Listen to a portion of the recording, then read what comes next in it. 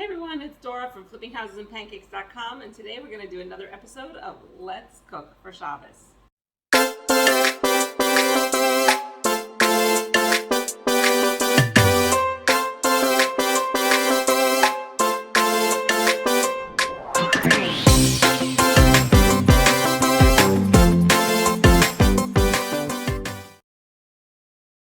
Today we are going to make 3 simple recipes that you could use at the Shabbos table.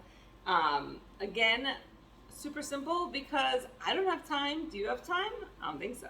We're going to start with a tomato basil salad. I have about a pint of these nice grape tomatoes. I'm just going to slice them in half, each of them, and they're going to go straight in my bowl. So this is very simple. It's not going to be a lot of work, and it will taste delicious. Now I'm going to use fresh basil in this salad, but if you don't have fresh basil, go ahead and use dry basil.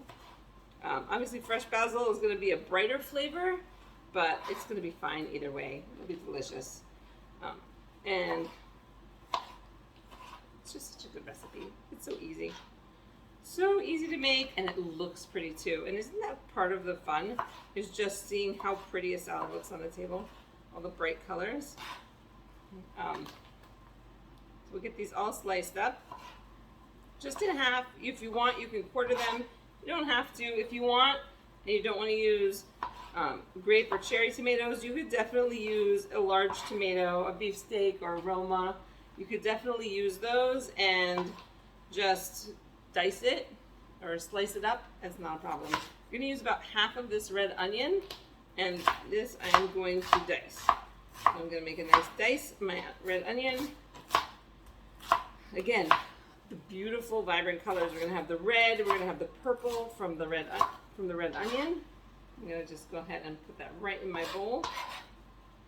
Okay, now I have this giant leaf of Napolitano basil, but you can use any kind of basil that you want.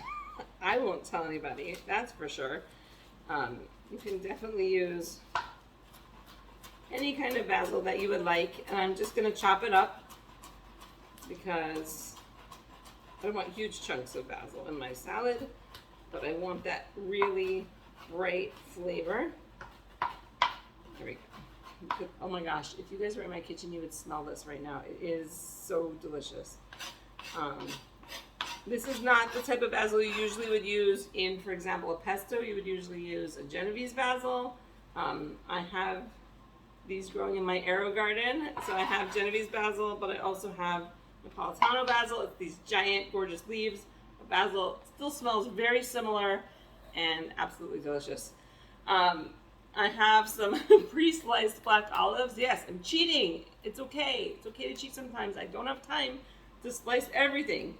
I'm going to put about a half a can of these sliced black olives right into my bowl.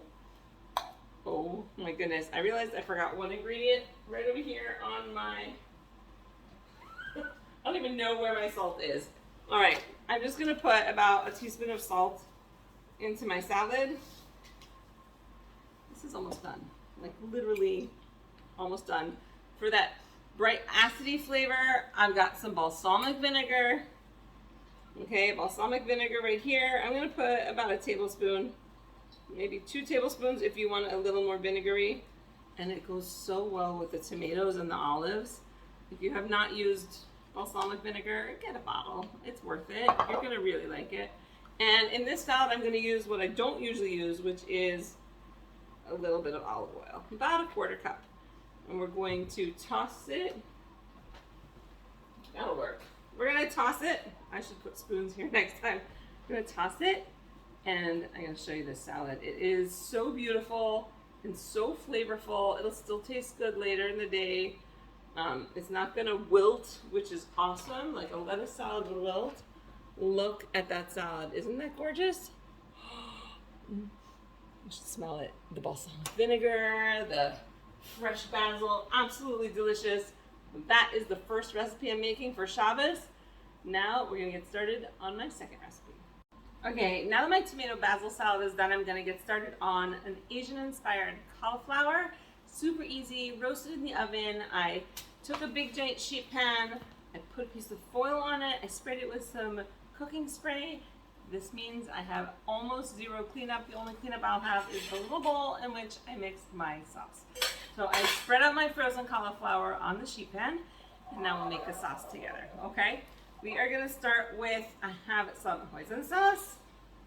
I've got hoisin sauce right here. This one is Kikkoman. I have used a few different brands over time. It just gives it like a sweet and tangy, kind of pungent almost flavor. I'm using a fork, I should use a spoon. Look at this. Okay, get that out of there. So I just need 1 tablespoon of the hoisin sauce. And I'm going to use 2 tablespoons of soy sauce. So we're putting this all in my bowl. That's 1, 2. And the best part about this recipe is that I literally don't have to do anything once I get the sauce made. Pour it over my cauliflower, I throw it in the oven, and when it's all nice and roasted, it's done. Finished. That's all I had to do. Okay, let's keep going. Sesame oil.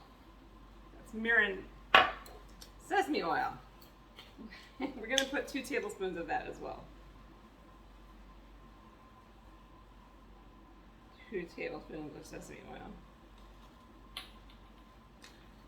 And we're gonna only use a teaspoon of mirin, just for a little splash. If you don't have mirin, you can leave it out. It will be okay. But if you do have it, you should definitely add it in. I'm in the middle of a video. Shh, this is what happens when you film in your house. I'm in the middle of a video. Give me 1 minute, and then I realized I'm missing my garlic powder. Hold on a second. There it is. I know it's here somewhere. I'm gonna put a teaspoon of garlic powder in also. How is it that I never manage to have every single ingredient? I'm always missing like one thing. All right, I guess that's what happens when you're cooking right before Shabbos and you're like rushing around and I'm trying to get it all set up. Okay, so I have this dressing. I'm going to mix it up.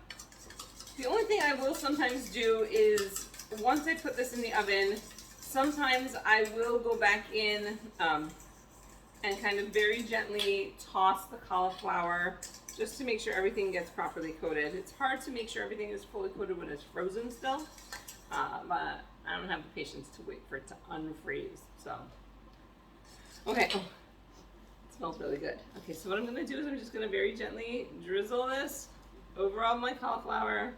It's not gonna hit everything, which is why I said I'm gonna go back in and I'm gonna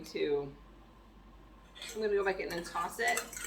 This will become kind of more liquidy and my cauliflower will become softer and it's going to be delicious. I'm going to do one more thing, and this part is fun. I am going to freak out my children by using black sesame seeds instead of white ones. Have you ever used these? They look like, it's a little creepy because they look a little bit like tiny bugs, but it's black sesame seed. It's perfectly fine. They look gorgeous on the cauliflower, and I'm using about 2 tablespoons worth. They look gorgeous on the cauliflower. You can obviously use a regular sesame seed if this is going to totally make your kids nervous, but that's what I'm doing. That's it. That's all I had to do. I'm going to put this sheet pan in the oven, 425 degrees, until it looks nice and cooked and golden. Like I said, I will probably stir it halfway through just to make sure that it's coated really well. And that's it. That's the whole dish. I guess we need to make the third one. All right, my cauliflower's in the oven and I am going to make some peanut butter blondies. That's the last dish we're gonna make for today and they are delicious. So we're gonna start with 1/2 cup of white granulated sugar, just like that. And everybody loves a blondie, right? You love brownies, you love blondies, and these are super peanut buttery and I love them. They're delicious, so definitely you're gonna have to try. All right, I want a nice compacted 1/2 cup of light brown sugar. Keep my brown sugar in a bag. You can get a canister or something that seals, but you definitely don't want to expose to too much air because it will harden. So I've got a nice compacted 1/2 cup of light brown sugar here. I almost never use dark brown sugar. I don't know It's just like the light one better. There it is. I've got 1 egg that I already checked. We're gonna add, you can cream this right now, but I'm really just gonna put everything in the bowl and make my life easier. So for today, we're just gonna put everything in the bowl. I'm gonna put a cup of flour. I'm gonna use the same measuring cup so I don't have to wash too many things. So I'll just put 2 half cups instead. Ooh, math. Math fun. All right, that was 1 cup of flour. I'm going to put a teaspoon of vanilla and I don't want to get that way. So we're gonna put a teaspoon. You saw I measured it perfectly. It was fine. All right, we're gonna put a pinch of salt, which is just a little bit, very exact pinch of salt. There we go. I'm gonna put a teaspoon of baking powder. Teaspoon of baking powder. This is important. You need your blondies to rise a little bit. So put in that baking powder. Okay. I'm gonna use oil. You could use canola oil, safflower oil, vegetable oil. I'm using avocado oil, just any sort of oil that's not super flavored. Okay, and I'm going to do a half cup of that. I've got a half cup of oil here.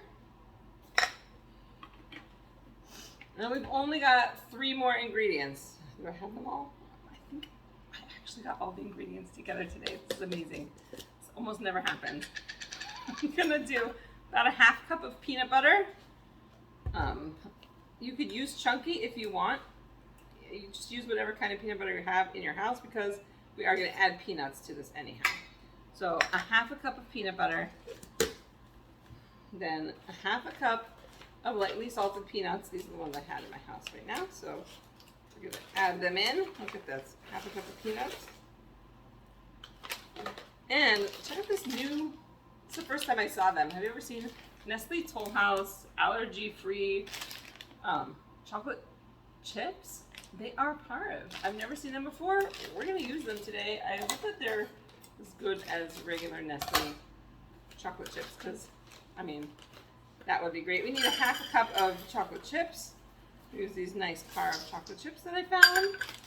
That's all the ingredients that we need. So I'm going to mix it up so it's nice and creamed. And yes, I could have creamed it earlier and then did that slowly, but it's not quite as important with brownies as it is with just about every other cake that you make.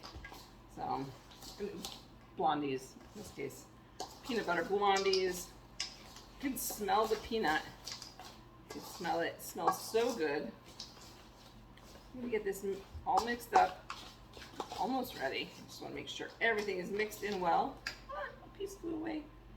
We'll mix it all up. Get it all combined, and then we're gonna smush it. We're going to press it into a baking pan and throw it in the oven at 350 degrees to bake until it is nice and set in the center, golden brown around the edges, just like you would check for any other cake.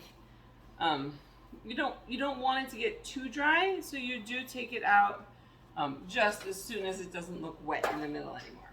So I'm going to take this batter. It's really more like cookie dough texture. You probably can make really good cookies with this now that I think about it.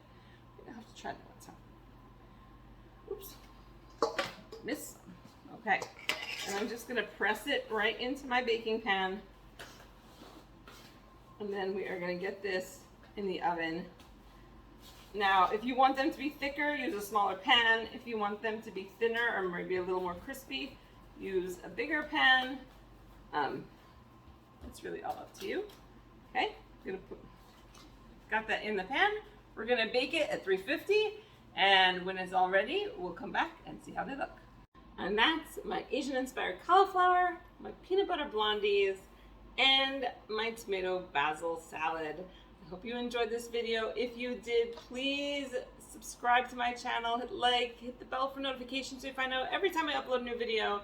And of course, check out my website, flippinghousesandpancakes.com.